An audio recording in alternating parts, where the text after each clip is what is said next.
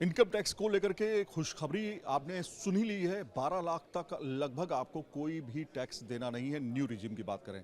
लेकिन क्या मकान सस्ते होंगे? घर का सपना क्या पूरा होगा? प्रदीप कुमार अग्रवाल जी हैं इस समय, चेयरमैन हमारे साथ में सिग्नेचर ग्लोबल। सर, हमने टैक्स की बात कर ली, चलिए बहुत अच्छा खुशखबरी है, मिठाई खाने वाली बात है। लेकिन क्या घर का सपना पूरा होगा, सस्ते घर का? देखिए, सबसे पहले तो ये एक मास्टर स्ट्रोक है कि आज तक पहले कभी भी इतना बड़ा एग्जम्पशन मिला नहीं है कि आप 12 लाख रुपए तक अगर कमा रहे हैं तो मोस्टली मिडिल क्लास लोग उसी में आ जाते हैं।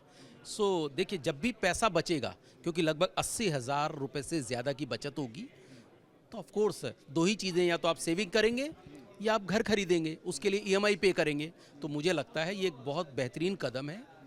कुछ चीज़ें और हैं जो रियल एस्टेट के लिए दिखाई देती हैं। एक स्वामी फंड है, उसमें लगभग 15,000 करोड़ रुपए अलॉट किए गए हैं, जिससे लगभग 40,000 से ज़्यादा जो होम बायर्स हैं, उनको अभी तक अपना घर नहीं मिल पाया है, उसको ईज डाउन करने के लिए लगभग 15,000 करोड़ का वो फंड एलोकेशन किया गया है। एक और चीज़ जो मास्टर स्ट्रोक ही मैं इसे कहूँगा, लगभग 1 लाख करोड़ रुपए का ऐसा ग्रोथ चैलेंज फंड दिया गया है, जिससे जो हमारी 9 से ज़्यादा जो मेजर सिटीज़ हैं, उनको इन्हांस किया जाए।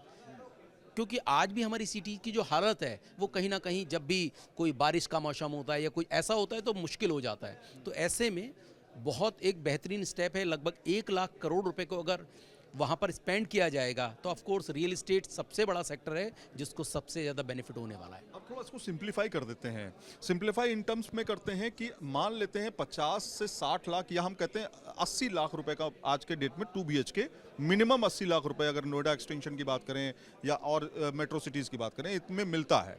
तो 2 BHK अगर मिल रहा है और आपके पास 12.5 लाख या 12,75,000 तक की आपकी छूट है, तो ईएमआई अगर हम कहें कि आपको 50 लाख रुपए का आप लोन लेते हैं 30 लाख रुपए दे करके, तो कहीं ना कहीं ईएमआई जो है वो कन्वर्ट हो जाएगी इनकम टैक्स जो आप पे करते थे। ऑफ कोर्स देखिए, आप हुआ क्या है कि जिनकी 12 लाख रुपए की इनकम है, उनकी लगभग लगभग 50 लाख रुपए तक की होम लोन लेने की कैपेसिटी मिनिमम है।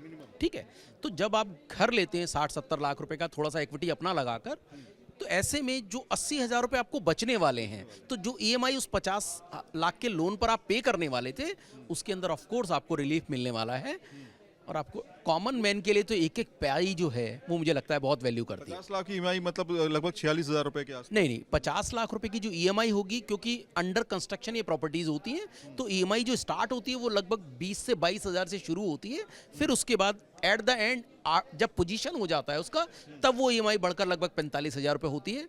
लेकिन जब तक तो आप जो रेंट अभी तक पे कर रहे थे दूसरे घर में रहकर, वो आपके पास सेव होने लग जाता है। कहीं ना कहीं टैक्स भी पे कर रहे थे अभी तक आप। ऑफ कोर्स देखिए, टैक्स पे कर रहे थे, रेंट पे कर रहे थे, आज आपके घर में खुद आप आ गए। मुझे लगता है वो एक बहुत बड़ा कमिटमेंट है। सर, और आने वाले समय में हम किस तरह के घर देख सकते हैं, खासतौर पे मिडिल क्लास पर्सन के लिए, और उनकी कीमत कितनी होने वाली है अब?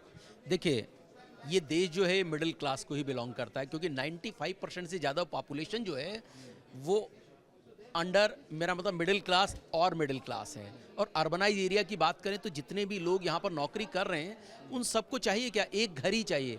रोटी कपड़ा और मकान की हम बात करते थे, तो रोटी और कपड़ा तो है, लेकिन जो मकान है वो आज भी सपना बना हुआ है।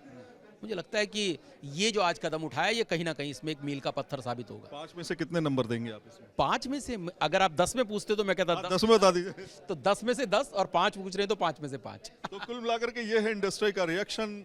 साफ तौर पे इस तरह से जो बजट पेश हुआ है, उससे सभी के चेहरे पर एक बड़ी मुस्कान देखने को मिल रही है। वीडियो जर्नलिस्ट राकेश रावत के साथ Saeed Aamir Hussain, news nation, Delhi. News nation अब व्हाट्सएप पर खबरों के ताजा अपडेट के लिए न्यूज नेशन के इस क्यूआर कोड को स्कैन करें